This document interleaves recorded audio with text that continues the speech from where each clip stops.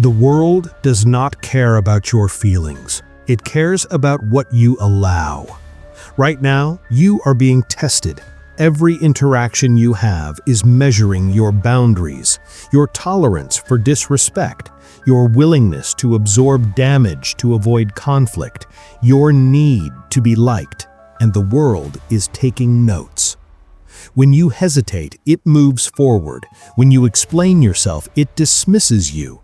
When you try to prove your value, it devalues you further. This is not cruelty. This is function. The world breaks soft things. It bends around hard things. You are being broken because you are soft. You absorb insults and call it patience. You accept disrespect and call it maturity. You give without return and call it loyalty. But patience without enforcement is weakness. Maturity without boundaries is submission. Loyalty without reciprocity is slavery. You have been taught that kindness will protect you, that being reasonable will earn you respect, that showing your heart will create connection. These are lies. Kindness without power creates contempt. Reason without consequence creates exploitation. Vulnerability without control creates targeting. The world will break you unless you become ruthless. Not cruel, not chaotic, ruthless. Ruthlessness is the refusal to absorb damage for the comfort of others. It is the strategic withdrawal of access when respect is absent. It is the disciplined enforcement of consequences without explanation or guilt. This video will show you how to stop breaking, how to become the hard surface the world adjusts to instead of the soft material it consumes. You will learn why you are being broken, what behaviors invite destruction, and how to build the psychological armor that commands respect without demanding it. 1. Why you are breaking. You are breaking because you negotiate with people who do not respect you. You explain your boundaries to people who ignore them. You defend your decisions to people who have already dismissed you. This is the behavior that destroys you. When someone disrespects you, your first instinct is to make them understand. You explain your perspective. You justify your response. You try to show them why their behavior is wrong. This is a mistake. People who disrespect you already understand. They are testing whether you will enforce consequences or absorb the damage. Every time you explain, you signal weakness. You show them that disrespect does not cost them anything. You teach them that they can violate your boundaries and you will respond with words, not action. Words without consequences are noise. They do not create respect. They create familiarity, and familiarity breeds contempt. You are also breaking because you give people multiple chances. You tell yourself that everyone deserves understanding, that people make mistakes, that forgiveness is strength. But forgiveness without changed behavior is permission. When you forgive someone who disrespects you and they do it again, you did not forgive them. You taught them. You taught them that your boundaries are suggestions, that your words do not match your actions, that they can damage you without losing access to you. This is why they keep doing it, not because they are evil, because you made it free. You are breaking because you prioritize being liked over being respected. You avoid conflict because you fear rejection. You tolerate mistreatment because you need connection. But people do not respect what they can damage without cost. They respect what they can lose. When you make yourself impossible to lose, you make yourself easy to disrespect. You must understand this. The world does not break you because it hates you. It breaks you because you allow it. Your softness is not a virtue. It is a vulnerability, and vulnerabilities get exploited. 2. The illusion of goodness. You believe that being a good person will protect you, that doing the right thing will create the right outcome, that your integrity will be recognized and rewarded. This is the illusion that keeps you weak. Goodness without power is invisible. The world does not reward your intentions, it rewards your results. It does not care that you are kind, it cares whether you are useful. And usefulness is determined by what you can withhold, not what you can give. When you give freely, you remove your value. You make yourself abundant, and abundant things are not valued, they are consumed. You must make yourself scarce, not by hiding, by enforcing access, by making people earn what you provide, by removing yourself when respect is absent. You have been taught that this is selfish, that withholding is manipulation, that good people give without expectation. But giving without boundary is not generosity, it is self-destruction. Generosity requires choice. If you give because you are afraid to stop, you are not generous, you are trapped. You must separate goodness from weakness. Goodness is the choice to add value where it is respected. Weakness is the inability to remove value where it is not. You can be good and ruthless. You can care about people and still enforce consequences. You can want connection and still protect your dignity. But you cannot be good and broken. Broken people do not help anyone. They enable dysfunction. They teach others that respect is optional. They create relationships built on imbalance, and imbalanced relationships destroy both people. The world does not need more good people who absorb damage. It needs more people who enforce standards, who show others what respect looks like by refusing to accept anything less. This is not cruelty, this is clarity, and clarity creates change. 3. The power of withdrawal. Your greatest power is not what you can give, it is what you can remove. People do not fear losing what they never had, they fear losing what they became comfortable having. When you make yourself available without condition, you remove your power to create change through absence. Withdrawal is not punishment, it is information. It tells people that access to you requires respect, that your time, energy, and attention are not free, that disrespect creates distance without discussion. This is how you train people without teaching them. When someone disrespects you, do not explain why it is wrong. Remove yourself. Reduce communication. Limit availability. Create space without anger. This does more than words ever will. Words give them something to argue with. Silence gives them nothing but the consequence of their behavior. Most people will not change until they feel loss. They will not respect your boundaries until respecting them is easier than losing you. This is not because people are bad, it is because people are efficient. They will take the path of least resistance. If disrespecting you costs nothing, they will keep doing it. If it costs access, they will adjust. But you must be willing to lose people who will not adjust.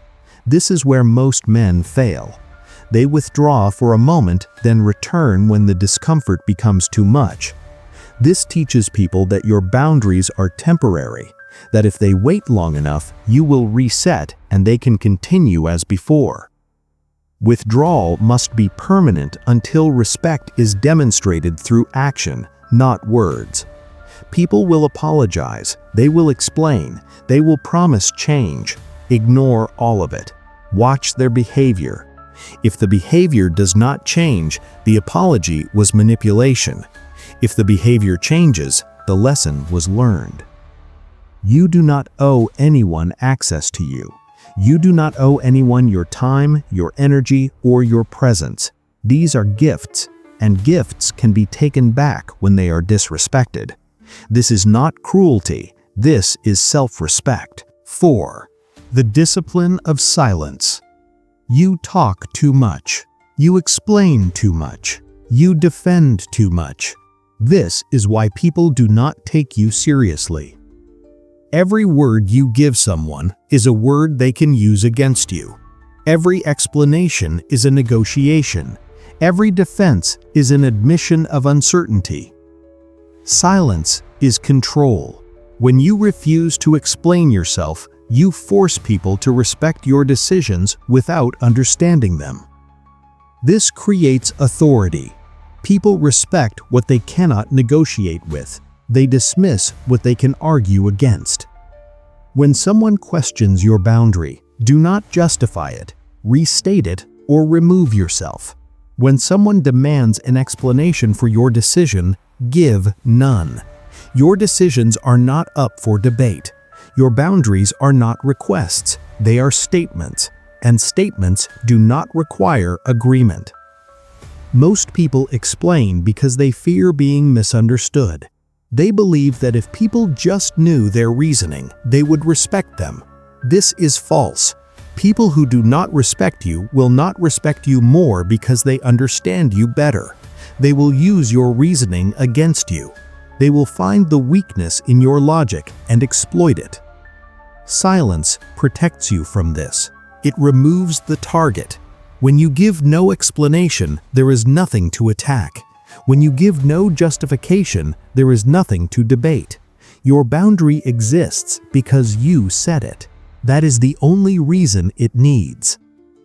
This requires discipline. You will feel the urge to explain, to defend, to prove that you are reasonable. Resist this. The urge to explain is the urge to seek approval. And seeking approval from people who disrespect you is how you lose respect for yourself. Speak less, decide more. Let your actions carry your message. When people see that your words match your behavior, they will stop testing your boundaries. Not because they agree with them, because they see that testing them costs them access to you. 5. The cost of being ruthless. Becoming ruthless will cost you people. This is not a warning, this is a promise. People who benefit from your softness will resist your boundaries. They will call you cold, selfish, unreasonable. They will tell you that you have changed. They are correct. You have.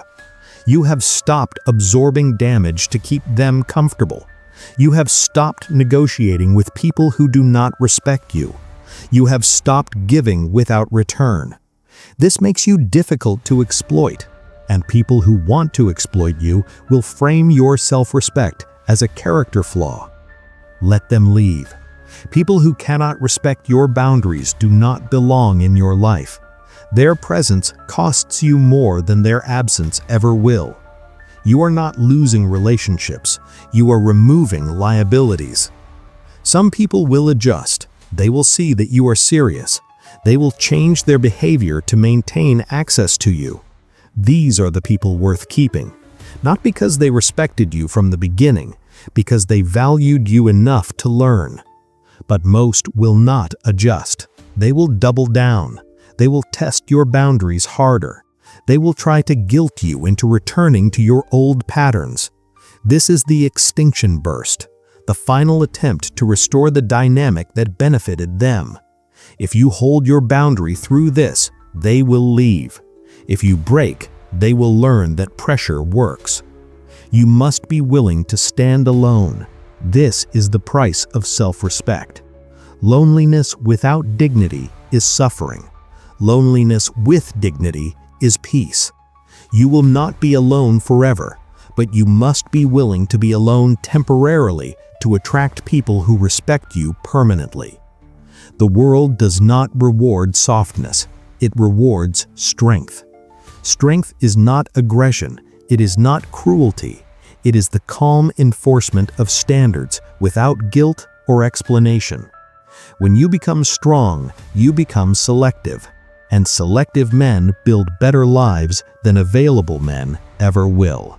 6. The shift. You now have a choice. You can continue absorbing damage and hope that eventually people will respect you, Or you can become ruthless and demand respect through your behavior. Hope is not a strategy. Waiting for people to change is how you waste years. People do not change because you want them to. They change because continuing their behavior costs them something they value. If their behavior does not cost them access to you, it will not change. Ruthlessness is not about hurting people. It is about refusing to be hurt. It is the strategic withdrawal of your presence, your energy, and your resources when respect is absent. It is the enforcement of consequences without anger or explanation. It is the discipline to remove yourself from situations that degrade you. This requires 3 things. First, you must value yourself more than you value being liked. Most men fail here. They know they deserve respect, but they are unwilling to lose people to get it. This is why they stay broken. You cannot negotiate respect from a position of need. Second, you must be willing to enforce consequences immediately. Do not give warnings. Do not give second chances before someone has earned them back through action. The first violation of your boundary is the information you need. How you respond teaches people whether your boundaries are real or performative. Third, you must remove guilt from your enforcement. You will feel guilty when you set boundaries. You will feel like you are being too harsh, too cold, too unforgiving. This guilt is the residue of your old programming. It is the voice that kept you soft. Ignore it. Guilt is the price weak people charge you for becoming strong. The world will break you unless you become ruthless. Not because the world is evil, because the world is indifferent. It does not care if you are broken. It only responds to strength. When you stop being soft, the world stops breaking you. When you become hard to exploit, people stop trying. You do not need to announce this change. You do not need to explain it. You simply stop tolerating what used to break you. You remove yourself when disrespected. You enforce boundaries without discussion. You make access to you conditional on respect.